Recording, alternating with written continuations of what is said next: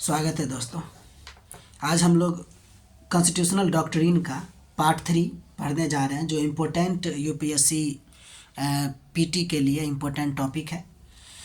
आगे बढ़ते हैं और देखते हैं। इसमें पहला नंबर जो है हमको पढ़ना है डॉक्ट्रिन ऑफ इक्लिप्स, या ठीक है, जिसको ग्रहण का सिद्धांत भी कहते हैं।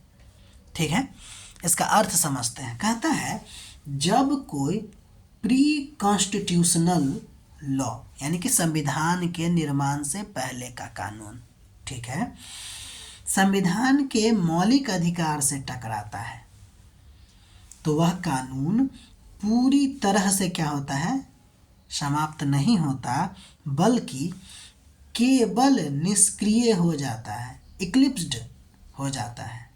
मतलब क्या कहना चाह रहा है कि जब भी कोई संविधान बनने से पहले के कानून मौलिक अधिकार के साथ साम्यता नहीं रखेगी तो क्या वह कानून समाप्त हो जाएगा क्या? तो वह कानून समाप्त नहीं होगा, बल्कि वह कानून निष्क्रिय हो जाएगा। ठीक, अर्थात क्या ऐसा कानून मरता है क्या? तो नहीं मरता, बस फंडामेंटल राइट उसको ना ग्रहण कर लेता है, उसको ढक देता है। इसी को डॉक्ट्रिन ऑफ इक्लिप्स या ग्रहण का सिद्धांत कहते हैं, या आच्छादन का सिद्धांत भी कह सकते हैं। ठीक है, और जब फंडामेंटल राइट में किसी भी प्रकार का बदलाव होता है तो वह कानून फिर से जीवित हो जाता है, यानी फिर से रिवाइव हो सकता है। यहाँ गौर कीजिएगा, ग्रहण का सिद्धांत केवल प्री कॉन्स्टिट्यूशनल लॉ पर लागू होता है। जो लिखा है उसी को मानेंगे, कोई इधर उधर वाली बात ना मान लीजिए। ठीक है, कहेगा पोस्ट कॉन्स्टिट्यूशनल लॉ तो गलत हो जाएगा। ठीक है, आगे बढ़ते हैं।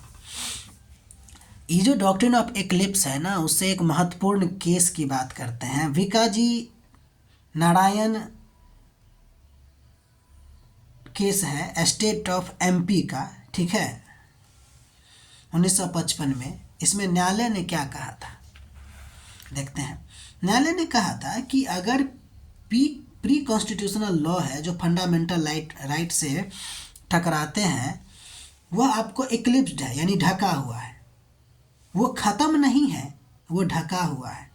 और जब संविधान में संशोधन होगा तो यह टकराव ख़त्म हो जाएगी, तो वह स्वतः रिवाइव हो जाएंगे। ठीक है, कोई दिक्कत? अब हम लोग आगे बढ़ते हैं। यानी कि ये केस क्या कहता है? ये केस कहता है कि प्री कॉन्स्टिट्यूशनल लॉ फंडामेंटल से टकराने के बावजूद ख़त्म नहीं होंगे, वो निष्क्रिय हो जाएगा। और जब कभी भी संशोधन हो गया संविधान में और टकराव ख़त्म हो गई तो वो फिर से जीवित हो जाएगा, रिवाइव हो जाएगा।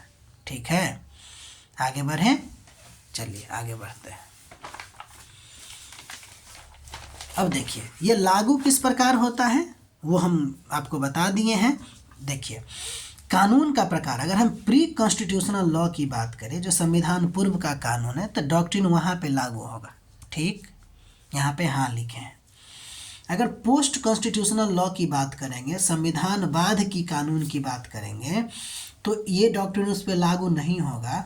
ये आर्टिकल 302 के तहत समाप्त हो जाएगी।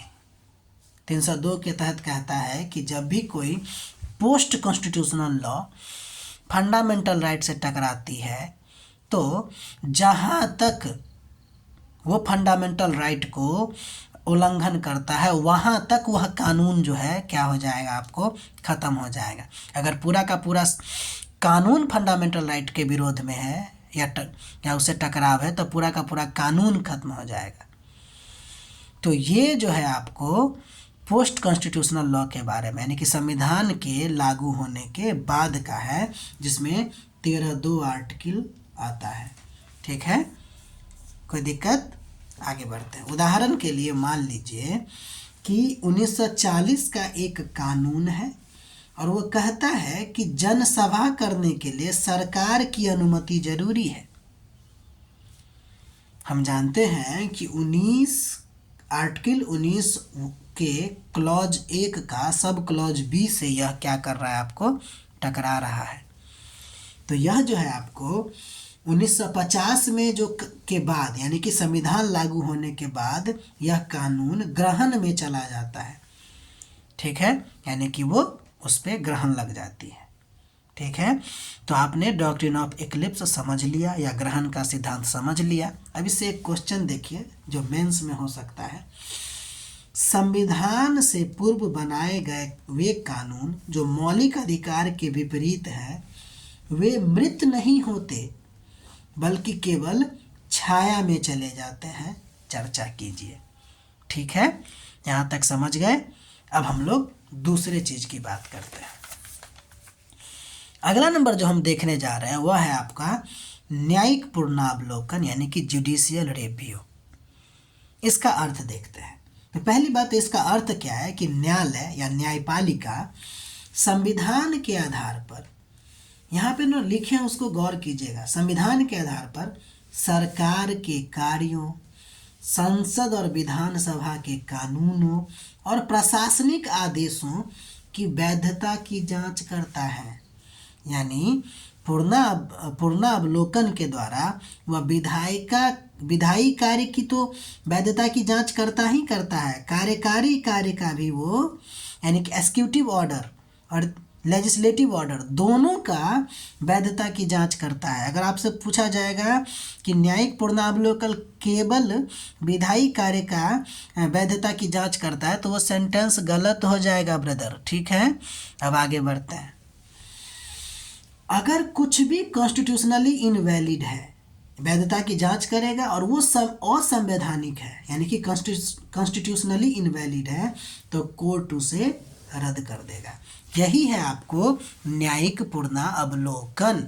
उम्मीद है समझ गए होंगे। अब आगे बढ़ते हैं। जुडिशियल रिव्यू का संवैधानिक आधार क्या है? तो पहले बात तो ये देख लीजिए कि भारत में ना न्यायिक पूर्णावलोकन संविधान में उल्लेख ही नहीं है।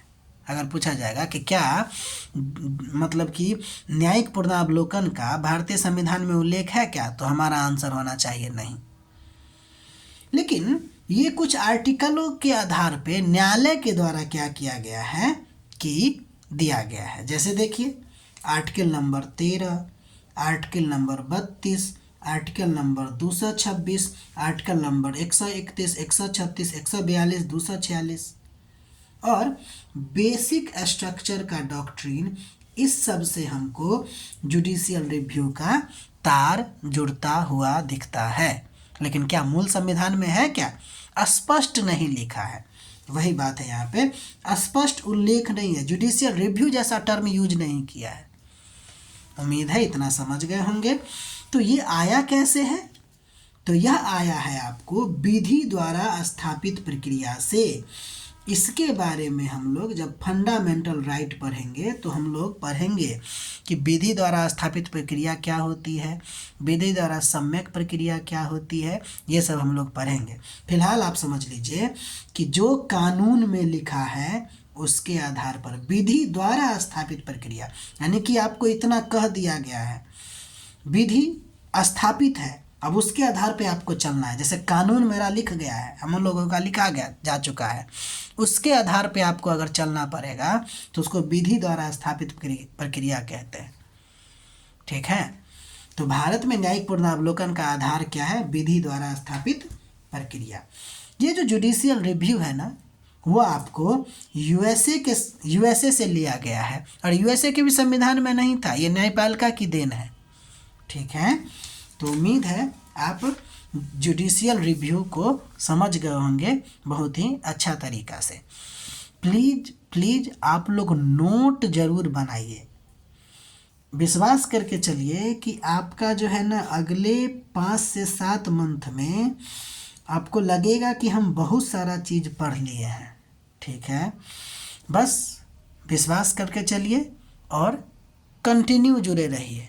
ठीक है, इससे हमारा भी मनोबल बढ़ेगा और हम अच्छा वीडियो आपके लिए लाने की भी कोशिश करेंगे। हालांकि मेरा मतलब कि मेन मोटिव है कि आप लोगों का पूरा सिलेबस कंप्लीट हो जाए। ठीक है, चलिए बाकी हम लोग फिर से अगला दिन मिलते हैं। तब तक ख्याल रखिए, पढ़ाई कीजिए। वीडियो अच्छा लगे तो सब्सक्राइब कीजिए, शेयर कीजिए, लाइक कीजिए, कमेंट कीजिए। ठीक है, फिर मिलते हैं अगले दिन।